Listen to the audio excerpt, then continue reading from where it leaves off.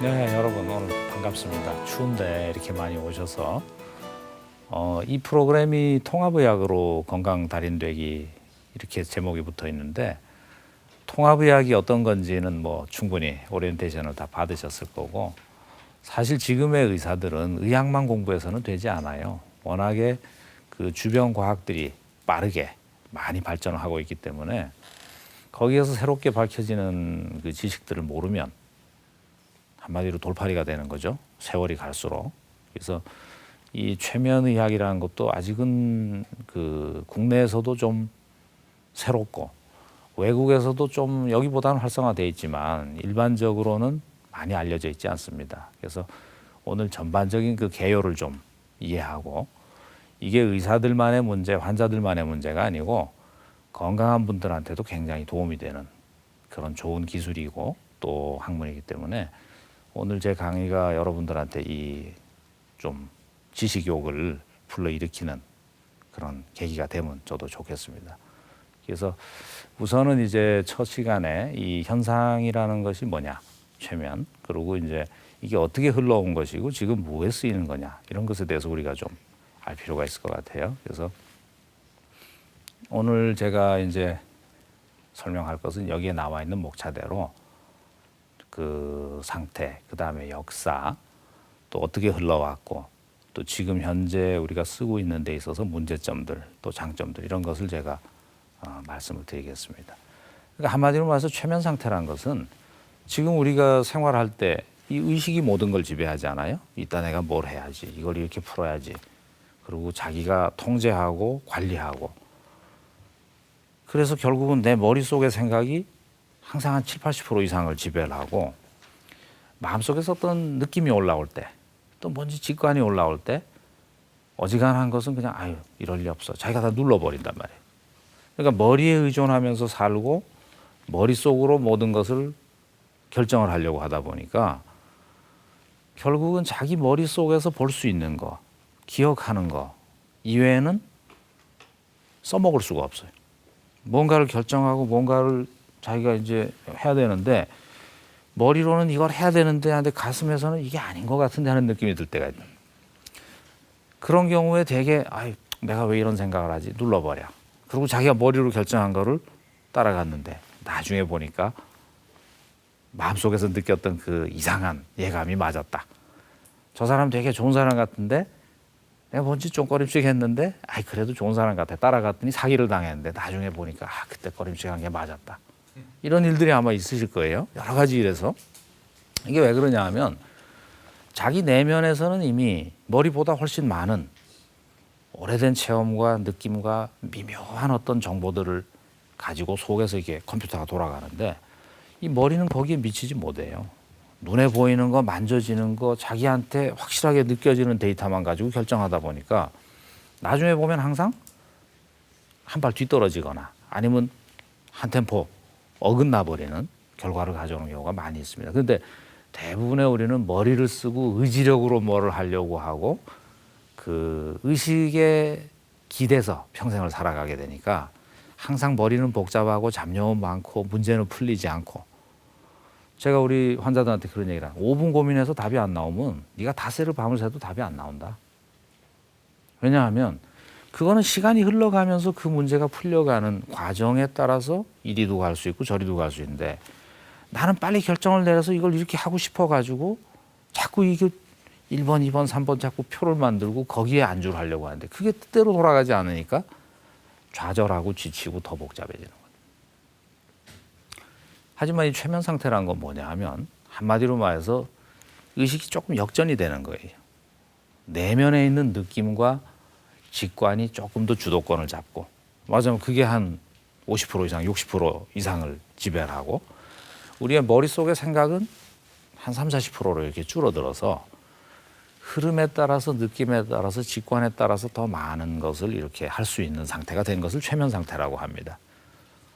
사실 그게 어떤 거냐면 여러분 지하철 타고 어디 갈 때 아직 한참 가야 되면 딴 생각하다 보면 안내방송 안 들리고 동대문 운동장 언제 지났지?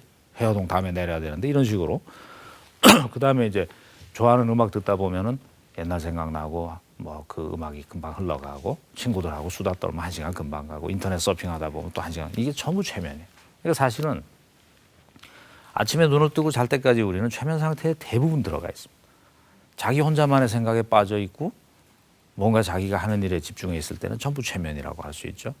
근데 그게 너무 자연스럽기 때문에 우리는 거기에 대해서 의식이 없어요. 그리고 누구나 밤에 쿨쿨 자지만 여기다 지금 이불 깔아놓고 여기서 한번 자봐. 또 1분 안에 한번 잠들어봐. 하면 아무도 잠을 못 잘 거예요. 그것처럼 막상 최면을 한다고 앉으면은 말똥말똥해지고 이게 뭔지 모르니까. 그러니까 이런 것에 대해서 설명을 잘 듣고 나면 그거 별거 아니구나. 그러면 내가 그냥 긴장을 풀면 되겠다. 이렇게 되는데 그러지 않고 최면의 그 드라마틱한 모습만 텔레비전에서 봤기 때문에 내가 최면에 들어가면 어디 이상한 세계로 끌려가는 거 아니냐. 또 뭐 뜻하지 않은 환상에 빠지지 않나 이런 걱정을 하게 되는 것이죠. 그래서 지금은 그 최면이라는 말이 정확하지 않다. 이거 좀 더 좋은 말을 써보자 해서 변성의식 상태. 말하자면 의식이 조금 변화된 상태다. 말하자면 좀 아까 제가 말씀드린 대로 의식보다가 내면의식이 좀 더 주도권을 잡고 전체를 좀 이렇게 움직이는. 말하자면 어떻게 보면 가슴이 자기를 움직이고 머리는 조금 뒤로 빠져 있는 상태. 그래서 최면 상태에서는 의식이 또렷하고 모든 걸 듣고 생각하고 자기 주도의 활동을 할 수 있죠. 다만 그 평소에 우리가 마주 앉아서 대화를 하면서 당신이 어린 시절에 무슨 상처를 가지고 있냐. 굉장히 어려운 그 마음의 상처를 어릴 때 받은 사람들이 이 맨정신으로는 그 얘기 하려고 하면 여기서 자꾸 브레이크를 걸어. 야, 그 지겹게 그 생각을 왜 또 하냐. 그거 끄집어내면 너 눈물 날 수도 있고 가슴이 미어질 텐데 아주 쿨하게 그냥 눌러버리고 자기는 아무 일 없었던 것처럼 우리는 살아간단 말이죠. 하지만 문제는 세월은 흘러가지 않고 여러분 속에 전부 고입니다. 또 해결되지 않은 스트레스와 상처는 낫는 법이 없어요. 모조리 다 이 속에 고여서 자기 내면을 전부 차지하고 있죠. 여러분 생각해 보시면 10년 전, 20년 전에 속상했던 일, 누구한테 모진 말을 들은 거 딱 생각하면 지금도 그때 감정이 팍 올라오는 거예요. 왜냐하면 그 순간은 여러분 안에 현재로서 살아있고 작동하기 때문에 그렇습니다. 그리고 그런 것들이 현재 여러분의 감정과 정서와 모든 것에 영향을 주는, 그러니까 쉽게 말해서 우리에게 과거는 없어요. 이 머릿속에서 보이지 않는다 뿐이지 안에서 전부 같이 믹스돼서 돌아가는 겁니다. 그렇기 때문에 단순히 의식을 이용해서 기억나는 것만 분석하고 따지고 해결하려고 하는 일반적인 정신치료 가지고는 그 사람의 내면에 깊이 들어갈 수가 없죠. 맞아요. 고름집은 몸속에 깊이 있는데 피부에다 연고만 발라주는 식으로 해서 그게 나을 수가 없죠. 그래서 일반 상담을 했을 때 환자들이 별로 낫지 않기 때문에 정신과 의사들도 내과 의사처럼 전부 지금 약을 굉장히 많이 처방해서 이 생화학적으로 뇌를 어떻게 해서 이걸 좀 이겨내려고 하지만 속에 뭉쳐있는 고름집에서 계속 고름이 조금씩 스며 올라오는데 그게 낫겠어요? 그러니까 지금 우리는 다른 방식의 치료가 필요하고 접근이 필요하다 하는 얘기죠. 그래서 저 화면에 나와 있는 것처럼 상황 판단을 전부 할 수 있고 또 의사가 예를 들어서 뭘 얘기를 시켜도 선생님 오늘 그 얘기는 하기 싫습니다 하면 그냥 넘어가는 거예요. 자기가 싫은 건 안 하는 겁니다. 그러니까 뭐 최면 상태 들어갔다고 몽둥이를 주고 저기 있는 사람 가서 때려라. 그런 짓이 가능하지 않죠. 그 사람에게 거부감이 드는 것은 전혀 받아들이지 않으니까. 다만 텔레비전에서 그럴듯하게 보이는 사람들은 협조를 열심히 하는 거 그런 사람들, 그림이 되는 사람들을 이렇게 속아서 대부분 하고 아니면 집단을 놓고 작업을 할 때는 그중에 좀 예민해 보이는 사람들을 중심으로 해서 이게 분위기가 돌아가게 하는 것이죠. 하지만 그 사람들도 전부 정신이 말짱하고 당장 딱 깨어나서 너 기억 못한다 이렇게 해도 그 순간엔 좀 어리버리한 것 같아도 시간이 가면 다 또 기억을 하게 되죠. 그러니까 이 최면이란 걸 한다고 해서 자기가 뭔가 그 자기의 컨트롤을 잃어버린다는 생각은 전혀 안 하셔도 됩니다. 아까 제가 말씀드린 것처럼 뭐든지 좌우간 몰입하면 전부 최면이에요. 뭐 아이들이 게임에 몰입한 것도 다 최면이고 우리가 일반적으로 자기 개발을 위해서 뭐 명상을 하고 아니면 혼자서 그냥 괜히 백일몽을 꾸고 앉아있는 이것도 전부 최면이고 그렇기 때문에 아까 말씀드린 대로 최면은 누구나 다 들어간다. 그 최면 감수성이라는 게 있습니다. 그건 뭐냐면 최면에 깊이 잘 들어가는 체질을 가진 사람이 있고 또 그러지 않은 사람이 있는데 대략으로 보면은 조금만 건드려줘도 깊이 들어간 사람이 한 10%, 10명에 1명. 그리고 또 열심히 도와줘도 잘 안 들어가고 자꾸 잡념이 많은 사람이 10명에 1명 정도. 나머지 한 80%는 조금씩 차이는 있지만 최면에 그럭저럭 다 들어가는 거죠. 그러니까 90%는 그런 대로 잘 들어가고 한 사람 정도는 조금 신경을 써서 들여보내면 다 들어간다. 그러니까 다 들어가는 거죠. 그리고 최면 감수성 검사라는 것을 이제 학자들이 만들어 놓은 게 있는데 그거는 뭐 이렇게 설문지처럼 질문을 많이 해서 그 내용에 따라서 이제 점수를 매기는 거예요. 근데 그 검사 방법이 이제 몇 가지가 있는데 그게 사실 임상에서는 별 쓸모가 없어요. 왜냐하면 그걸 했을 때 최면이라는 현상 자체를 연구하는 데는 도움이 될지 몰라도 우리는 치료를 담당하는 치료자로서 최면이라는 것을 그저 망치나 벤치처럼 그냥 하나의 도구로 쓰는 거기 때문에 그 자체에 그렇게 의미를 부여하지 않고 그냥 활용을 하면 되는 겁니다. 그리고 괜히 그런 검사를 해가지고 점수가 좀 낮게 나오면 그 사람이 선입견을 가져. 나는 점수가 낮아서 이 치료가 나한테 별 도움이 안 되겠는데 하는 선입견을 가지니까 아예 그런 거 하지 않고 그 사람의 특징을 보고 거기에 맞는 방법들을 써주면 좋은 것이죠. 그래서 저기 이제 교재에 있는 것처럼 무언가에 몰입해서 조금 둔감해진 상태는 전부 최면이다. 그러니까 여러분도 이렇게 자기 생활을 돌아보면 내가 최면에 들어가 있는 시간이 꽤 많다 하는 거 이해하실 거예요. 집안일 막 하다가 벌써 점심때 됐어. 이것도 다 최면이고. 그래서 이 최면의 유래를 보면은 아주 먼 옛날부터 최면을 안 쓴 민족이 거의 없어요. 아주 먼 옛날부터 뭐든지 이제 뭐 제사를 지낸다. 어떤 거룩한 의식을 집행을 하고 멋있는 옷을 입고 사제들이 앞에서 움직이고 이런 것들이 대중들에게 어떤 인상을 주면서 거기 몰입을 하게 만들죠. 거기에 빠져들게 만들고 뭐 북을 동동동동동 친다든가 막 이렇게 불을 피운다든가 아니면 뭐 어떤 반복적인 댄스를 한다든가 하는 거 사람들이 그걸 보면서 빠져들어가는 거예요. 그러니까 몰입하게 만드는 모든 현상은 전부 최면이라고 보시면 됩니다. 그러니까 고대 여러 문명에서 뭐 주술사들도 있고 또 제사장들도 있고 이런 국가 의식을 치르고 어떤 그 절기마다 또 어떤 그 의식을 하고 우리나라 궁중에서도 뭘 하고 이런 것이 사실은 전부 최면의 요소를 다 가지고 있는 것이죠. 그러니까 뭐 고대 이집트라든가 또 아니면 성경에도 보면은 그런 내용들이 많이 언급이 돼 있고 또 유럽의 원시부족인 그 상태에서 기독교가 전파되기 전에 유럽을 지배했던 그 드루이드교라는 그 사람들도 이제 최면을 썼고 또 우리나라에서 이제 무당들이 막 이렇게 기도를 하고 뭐 막 이렇게 요령을 흔들어대고 북을 치고 막 그 자리에서 띠을 띠고 하는 것도 전부 다 최면이라고 보시면 되죠. 그리고 그 환자라든가 도움을 원하는 사람도 그 분위기에 빨려 들어가면서 자기 안에 있는 어떤 것들이 카타르시스도 되고 또 이렇게 눌려있던 것들이 이 의식의 지배가 좀 헐거워지는 틈에서 올라오니까 갑자기 멀쩡한 사람 막 울고 또 어떤 옛날 얘기들을 막 하고 떼굴떼굴 굴르고 하는 현상들이 나타나게 되는 겁니다.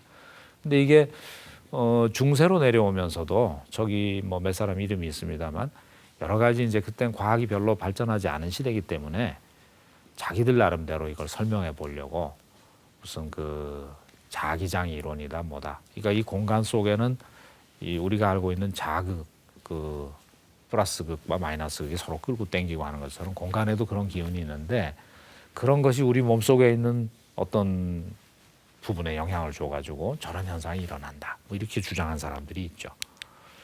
근데 정말로 이 현대 최면이라는 것에 대해서 조금 그 의학에다가 접목을 해서 환자 치료에 쓰기 시작한 사람이 최면의 역사에서는 저 사람이 이름이 굉장히 중요합니다. 그 메스머라는 사람인데 저 사람이 굉장히 그 극적으로 잘 낫지 않는 환자들에게 최면을 걸어가지고 그 사람 안에 있는 어떤 힘든 것들을 많이 이렇게 표면화시키고 털어내고 또 굉장히 놀라운 그 치료 효과들을 많이 끄집어냈어요. 그래서 하나의 그 사회적으로도 굉장히 센세이션을 일으켰습니다. 그래서 이 사람도 역시 확실한 어떤 이론을 가지고 있지 못했기 때문에 그 전부터 얘기했던 것처럼 자기장을 일으키는 그 어떤 물질이 우리 안에 있어서 그것 때문에 사람이 좀 왔다 갔다 하는 그런 몽환 상태를 일으키고 그 상태에서 우리가 치료할 수 있다 이렇게 이제 주장을 했죠. 근데 역시 과학적인 근거가 부족하다 보니까 나중에 뭐 그걸 공격하는 사람들도 있고 뭐 이렇게 돼가지고 나중엔 이제 뭐 저 사기꾼 아니냐 하는 식으로 한마디로 말해서 스타가 됐다가 그냥 또 인기를 잃어버리게 됐습니다. 그래서 그 다음에 이제 이 사람이 또 굉장히 중요한 역할을 하는데 영국의 외과 의사인데 옛날에 인도가 영국의 식민지였죠. 그래서 인도에 가서 파견돼서 이 사람이 근무를 하면서 최면만을 이용해가지고 그때는 뭐 마취도 없으니까 최면을 걸어가지고 수술을 굉장히 많이 했어요. 저기 있는 것처럼 한 3,000건 정도의 수술을 했는데 그 중에서도 큰 수술이 몇백 건 이상 되는 겁니다. 좀 작은 수술도 있죠. 근데 그때는 항생제도 없고 또 무슨 그 제대로 된 소염제나 이런 것도 없기 때문에 수술하고 나서 그 자리가 그 환자가 면역이 약하든가 해서 세균 감염이 되고 하면 한 절반은 죽어요. 그러니까 수술 환자 둘 중에 하나는 죽는 거죠. 큰 수술일수록 더 많이 죽겠죠. 근데 저 사람이 그렇게 해놨더니 죽는 사람이 100명에 5명으로 줄어버린 거예요.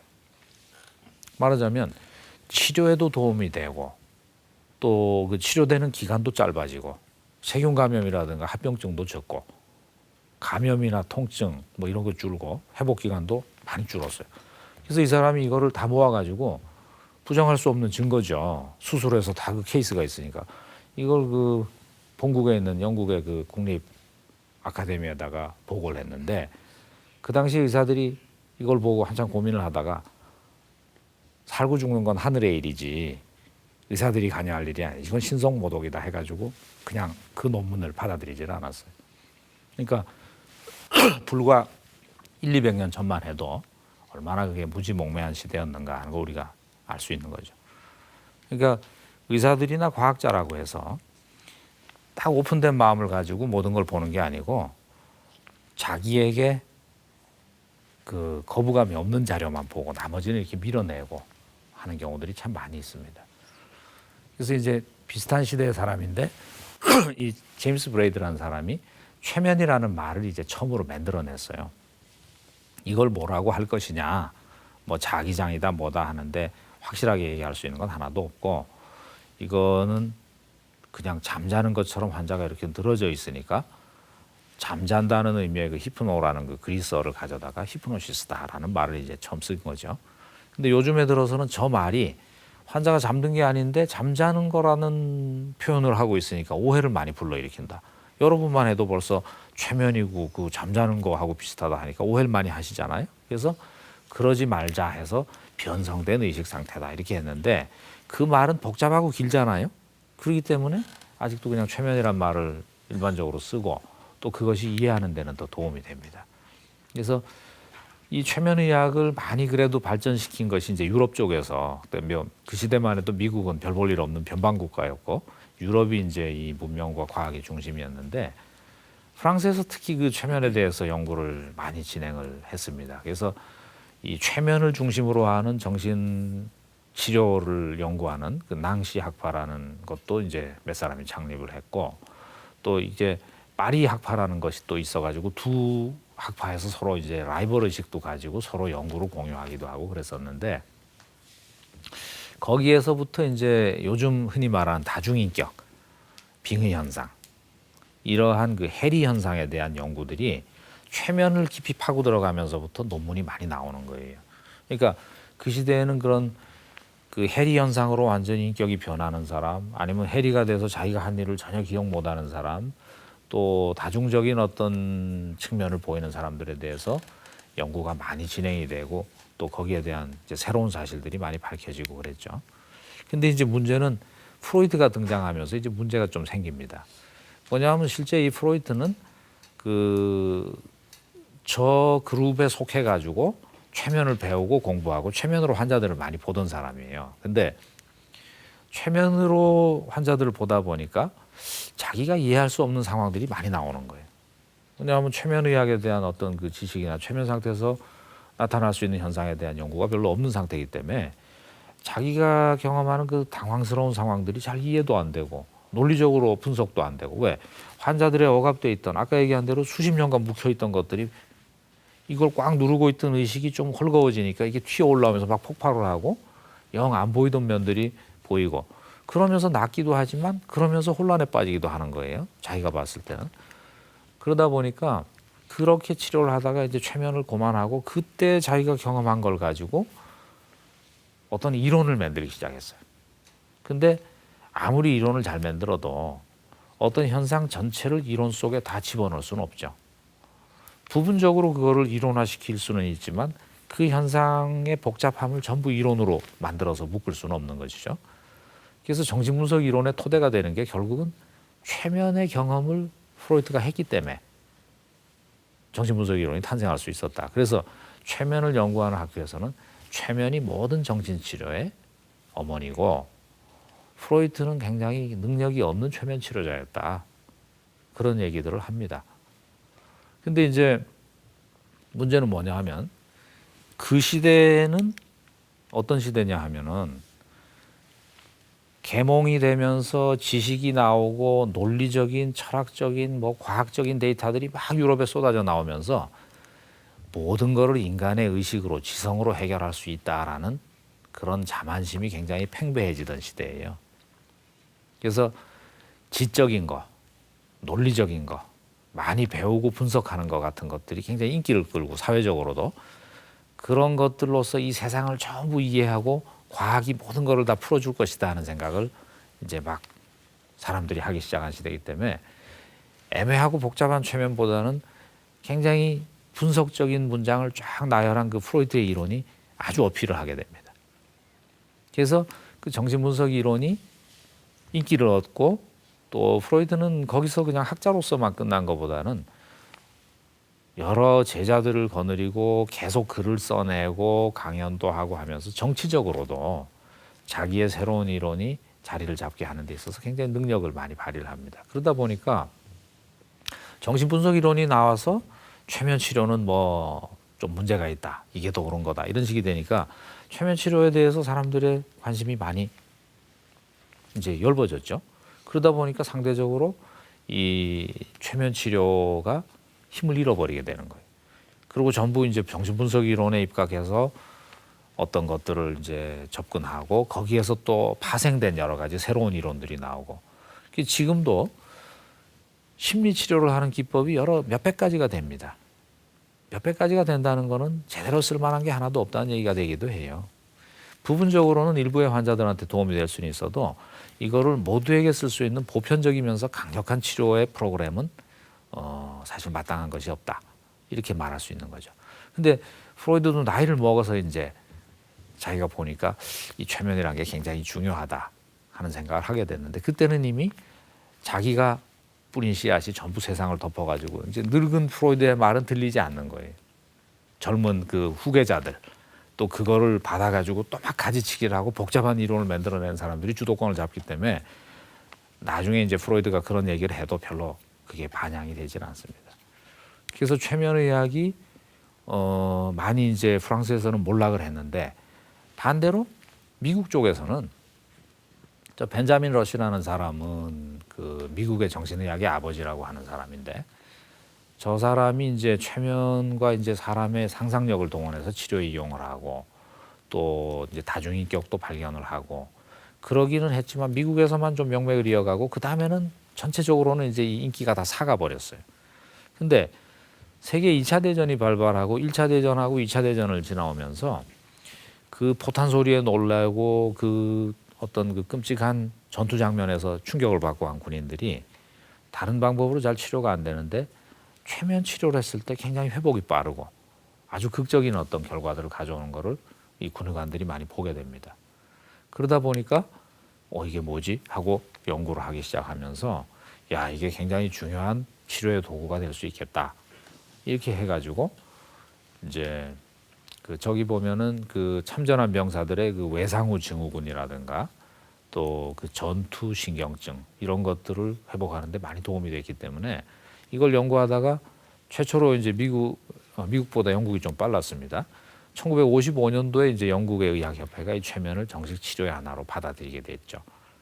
그다음에 57년도에 이제 미국에서는 그 임상 최면의학협회가 발족을 하게 됐고, 그다음에 58년도가 돼서는 이제 미국의 의학협회에서도 이 최면을 치료 기법으로 인정을 하고, 그다음에 1961년도에 와서 미국에서 정신과 의사들의 협회도 이제 이걸 치료로서 받아들이고, 또 69년도에 와서 이제 심리학회가 또 최면에 대한 특별 분과를 만들고 이렇게 되면서 50년대 말하고 60년대 들어오면서 이 최면은 정식 의료 기술의 하나로서 다 자리를 잡게 됐고 지금 현재로서는 그 최면에 대한 그 정식 교육이 있는 나라들이 굉장히 많이 있습니다. 근데 아직 우리나라에서는 뭐 최면 학과라는 게 따로 개설이 됐는지 그런 거는 제가 아직 들어본 적은 없고 다만 요즘에 그 정신과 레지던트를 하면서 최면에 관심이 있는 그 선생님들이 있는 곳에서는 조금씩 하지만 그래도 트레이닝 자체가 굉장히 미비하고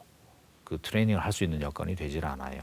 그러니까 정신과 의사들이 최면에 대해서 경험이 별로 없기 때문에 최면이 굉장히 좋은 치료의 도구가 되는 환자들도 다 놓치게 되고 약을 주게 되죠.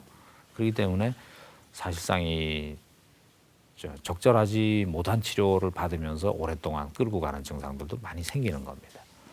그래서 우리나라는 어떻게 흘러가는가 참고로 보면은 1980년대 후반에 이제 그 대한최면치료학회라는 게 정신의학회 산하에 발족을 했는데 사실 별 활동은 없고 그냥 이제 명목만 유지하고 이렇게 흘러갔는데 제가 96년도에 그 최면에 대한 그 책을 내놓고 제가 이제 의사들을 모아가지고 자아초월 최면치료학회라는 걸 결성을 했고 그것이 지금은 이제 다음 시간에 제가 설명을 해드릴 그 양자물리학과 인간의식 이것이 어떻게 연결이 되어 있느냐 하는 거 그거를 이제 연구하는 우리 학회가 있습니다.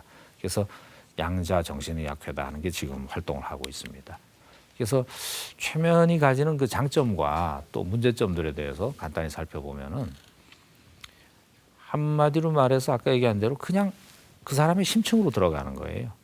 머릿속에 있는 데이터만 가지고 서로 밀고 댕기고 하는 뭐 그런 그 환자가 보여줄까 말까 하면서 자기의 그 상처들을 감싸고 도는 것을 무장해제시키고 그 속으로 들어갈 수 있고 그게 끄집어내서 올라올 수 있게 말하자면 이 작업에 걸리는 시간을 굉장히 단축할 수 있고 또 평소 같으면 도저히 그 사람이 하지 않았을 얘기들이 첫 시간부터 막 나오는 경우들이 많이 생기게 됩니다.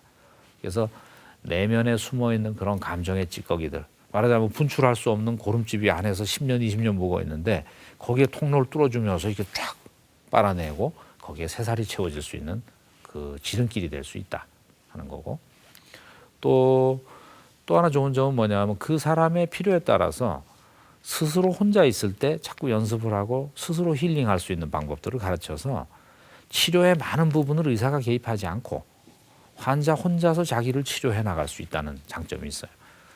그거는 어떤 결과를 가져오냐. 야, 내가 이런 걸 할 수 있구나. 전혀 안 됐는데 내가 이렇게 할 수 있네. 신기하다. 스스로에 대해서 잃어버렸던 어떤 신뢰, 희망 이런 것을 회복하고 굉장히 어떤 그 인생 자체가 변하는 경우를 많이 보게 됩니다.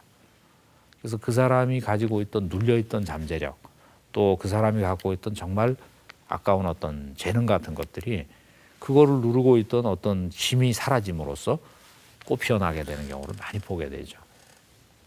그리고 그런 걸 체험하면서 환자들이 그런 얘기를 해요. 아, 선생님 내가 이 문제를 옛날에 다 용서하고 이해하고 털어냈다고 생각하고 살았는데 오늘 느껴보니까 이게 다 살아있네요. 와, 너무 당혹스럽습니다. 하지만 문제의 해결은 언제나 문제의 본질을 정확히 볼 때부터 시작이 되는 거기 때문에 그 사람은 이게 내 안에 살아있다는 걸 알고 이거를 적극적으로 제거할 수 있는 올바른 방법을 배우고 자기가 그것을 훈련함으로써 실제로 그때부터 문제를 해결할 수 있는 그 어떤 기회가 생기는 것이죠. 그리고 최면이 가져올 수 있는 부작용이라는 것은 흔하지 않습니다. 그리고 대개는 가볍고 일시적이에요. 예를 들어서 최면을 치료를 하고 끝나서 눈을 떴는데 완전히 들킨 상태에서 눈을 뜨면은 약간 머리가 벙벙하고 무거운 느낌이 들 수 있는데 이때 의사가 물어보면 뭐 괜찮습니다. 왜? 조금 지나면 나을 것 같으니까. 그리고 집에 갔는데 이게 안 풀리고 하루 이틀 가는 수도 있어요. 그래서 전화를 걸어서 선생님 엊그제 최면 치료하고 왔는데 제가 괜찮을 것 같아서 그냥 왔는데 아직도 머리가 못. 그러면 어떡합니까? 전화로 그럼 눈 감으라 그러고 그 머리가 가벼워지는 거를 한 1, 20초만 얘기해 주면 그렇게 말짱해집니다. 이제 괜찮아요. 이제 괜찮다 그러고 끝나요. 그 다음 시간은 굉장히 신기하죠.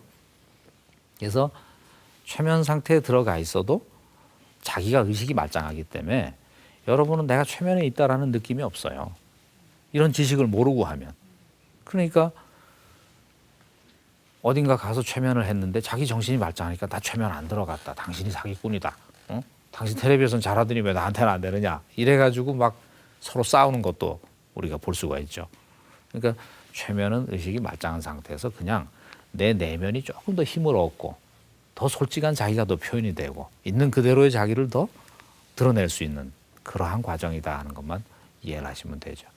그다음에 처음 최면을 할 때 이게 뭐 하는 거지 하는 것에 대해서 확실한 의식이 없이 오기 때문에 혹시 내가 이러다가 뭐 하기 싫은 얘기하거나 이상한 행동하는 거 아니야 하는 걱정을 하고 잠시 불안해지거나 약간 어지럽거나 하는 경우도 있는데 그거는 시간이 가면 저절로 다 해결이 됩니다.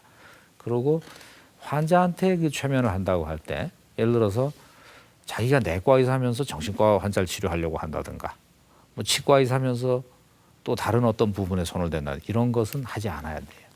맞으면 그 미국의 임상최면학회라는 게 가장 세계에서 큰 기구인데 거기서는 각 과의 의사들에 대해서 다 훈련시키지만 자기 영역에서만 쓰도록 엄격하게 그걸 제한을 하고 있습니다. 더군다나 이 부작용 중에서 때로는 그런 게 있어요. 학교 선생님들이 자기 최면에 대해서 관심이 있어서 좀 책을 보고 학생들을 전부 놓고 야, 나 자기 최면 나 할 줄 아는데 니네 눈 다 감아봐. 나 최면 걸어줄게. 이런 경우들이 있어요. 그러고서는 했는데 어떤 한 학생이 최면 감수성이 좀 높고 적절하게 풀리질 않아서 그 후유증이 굉장히 오래 가다가 저를 찾아온 경우도 있습니다. 근데 그런 것들이 이제 치료자가 아닌 사람들이 일반인들이 배워서 이렇게 했을 때 별 문제는 없지만 간혹 그런 부작용이 있을 수 있고 무대 최면술에서 저런 부작용들이 좀 더 자주 나타날 수 있는 가능성이 있죠. 그래서 자기가 교육받고 훈련받은 영역에서만 해야 되고 또 전문적인 치료자들은 그 일반인들에게 대중적인 어떤 그 퍼포먼스는 하지 않습니다. 그 데몬스트레이션 하는 건 하지 않는 거죠. 그래서 최면 상태도 이제 조금씩 깊게 들어가는 것이 있는데 가벼운 최면에 들어가면은 약간 그저 호흡이 느려지고 약간 몸이 나른하고 무거운 것 같고 근육이 이완되기 때문에 몸이 약간 처지는 느낌을 가지고 그 다음에 이제 그 몸이 약간 둔화되는 느낌도 들고 눈꺼풀도 또 사지도 마비된 것처럼 몸이 무겁다. 팔이 천근만근 같다. 이런 얘기들을 합니다. 그리고 거기서 이제 조금 더 깊게 들어가면은 부분적으로 몸이 없어진 것 같은 느낌도 들어요. 선생님 내가 이쪽 팔이 없는 것 같아요. 그 다음에 또 부분적으로 몽롱해지고 뭐 이게 생각이 좀 왔다 갔다 자다 깨다 하는 것 비슷한 느낌이 좀 들고 그 다음에 깨어난 다음에도 선생님 여기가 좀 멍멍한 게 만져도 느낌이 없어요. 그 다음에 완전하진 않지만 부분적으로 옛날 일이 막 그냥 이렇게 돌아간다든가 또 이 방이 우주처럼 넓어진다든가 뭐 이런 느낌도 좀 들어오고 그 우리가 잠자기 전에 이렇게 뭔가 영상이 막 지나가거나 꿈꾸는 거 비슷하게 꿈은 아닌데 그런 느낌을 가진 적도 있잖아요. 어떤 영상이나 생각이 막 머릿속에 돌아가는 그게 다 여러분이 최면 상태에서 경험하는 거예요. 내면에서 올라오는 거거든요.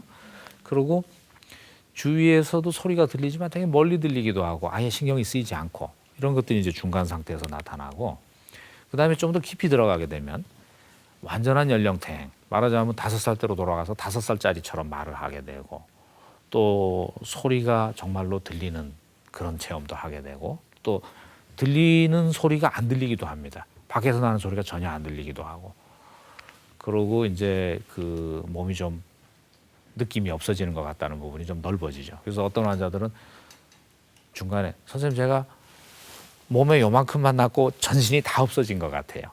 우주 공간에 붕 떠 있는 것 같아요. 이런 얘기들을 또 하는 경우들도 있습니다. 근데 그러면서도 의식은 말짱하기 때문에 그게 뭐 안 좋은 영향을 주거나 하는 일은 전혀 없어요. 그리고 눈을 뜨고도 그런 상태에서 그대로 유지가 되고 또 기억 상실이나 이런 것들 아까 얘기한 것들이 조금 더 깊어지는 겁니다. 그 다음에 굉장히 깊은 최면에 들어가면 이거는 오랜 시간을 유도해서 계속 이 사람을 더 깊은 차원으로 밀어넣죠. 근데 사실 우리가 그 치료 최면에서는 가벼운 최면과 중간 최면만 있으면 돼요. 대부분의 환자들은 가벼운 최면 상태에서 전부 할 작업을 다 합니다. 왜냐하면 깊이 들어가면 사람이 늘어지고 졸리는 상태가 비슷해지니까 오히려 치료하는데 방해가 돼요. 나하고도 대화도 해야 되는데. 근데 아주 깊은 최면에 들어가면 저기 써 있는 것처럼 시간이 멈춘 것 같고 정말 영원한 어떤 느낌. 자기 신체도 없어진 것 같고 이 세상의 모든 것과 하나가 된 것 같은 그런 자기가 확대되고 확산되는 것 같은 느낌. 어떻게 보면 종교적인 어떤 초월적인 체험하고 비슷한 상태로도 들어갈 수가 있죠. 그래서 나이면서도 다른 사람의 마음을 느낄 수도 있고 날아가는 새인 것 같기도 하고 저기 산에 있는 돌인 것 같기도 하고 뭐 이러한 느낌들을 얘기하는 경우들이 많이 있습니다. 근데 저런 경우는 우리가 사실 치료할 때는 유도할 이유도 없고 또 저기까지 들어가는 사람들이 많이 있지는 않죠. 그래서 최면의학을 어떻게 활용을 하느냐 하면 한마디로 말해서 저기 있는 거 급성세균 감염으로 막 퉁퉁 붓고 열이 나고 뭐 이런 응급을 요하는 상황이 아닌 모든 종류의 질환에 최면은 도움이 된다. 그렇게 보시면 돼요. 어디에 쓰이는 게 아니라 어디에 안 쓰이는가를 아는 것이 오히려 낫죠. 이 신기한 게 맨날 디스크 때문에 허리가 아파가지고 약 먹어도 안 낫는 사람들은 스스로 최면을 통해서 그 통증을 많이 완화시킬 수 있어요. 근데 급성 맹장염이 걸려서 빨리 응급실 가야 되는 사람은 최면 걸어도 아픈 게 안 사라집니다. 무슨 뜻이냐면 우리 속에서는 야 이거는 너 지금 최면할 상황이야. 야 빨리 응급실 가. 그래서 통증이 안 없어지는 거예요. 그러니까 우리 내면에는 우리가 모르는 모든 것을 조율하고 판단하고 선택하는 굉장히 정밀한 시스템이 있고 최면의학은 그 부분을 더 활성화시켜서 그 사람을 말하자면 더 크게 만들어 나가는 것이죠. 그래서 저기 써 있는 거 뭐 항암 치료에서도 부작용이 감소되고 뭐 외상후 증후군 뭐 이런 것들 뭐 치과에서는 무통 발치, 산부인과에서는 또 무통 분만 또 다른 그 영역에서 굉장히 많은 것이 이제 쓰이고 있습니다. 그래서 오늘 이제 이 정도로 뭐 정말 수박겉 핥기지만 그래도 이 흐름을 여러분들이 보면 아 최면이 그냥 텔레비에 나오는 장난이 아니고 이렇게 심각한 기술이고 하나의 과학의 영역이 있구나. 다음 시간에 제가 강의할 것은 이 최면의학과 우리 인간의 의식이 지금 현대, 초현대 과학하고 어떻게 연결이 되고 활용될 수 있는가. 좀 더 복잡하지만 훨씬 더 재미있는 내용이기도 합니다.